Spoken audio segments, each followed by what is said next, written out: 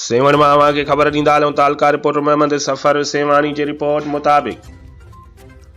सेवानी शहर के मुख़्तलिफ़ स्कूलों में सालियानी इंस्पेक्शन जो सिलसिलो शुरू। उन सिलसिले में अज तारीख़ 10/1/2024 ते government boys lower secondary Tajar school Sehwan Sharif में सालियानी इंस्पेक्शन थी गुज़री, जैमें तालका इंस्पेक्शन टीम शिरकत कई।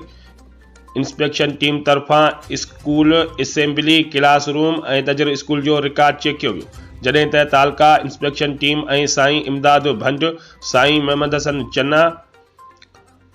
ABA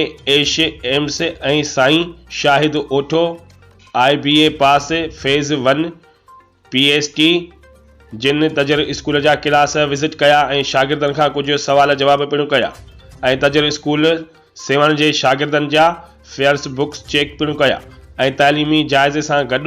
government boys lower secondary Tajar school Sehwan जो रिकॉर्ड पिणु चेक कयो। आयल inspection team Tajar school Sehwan की कारकर्दगी में मुतमिन थी और government boys lower secondary Tajar school Sehwan के हेड मास्टर और उस्ताद साहिबान की मिन्नत के तमाम घणो सारायो।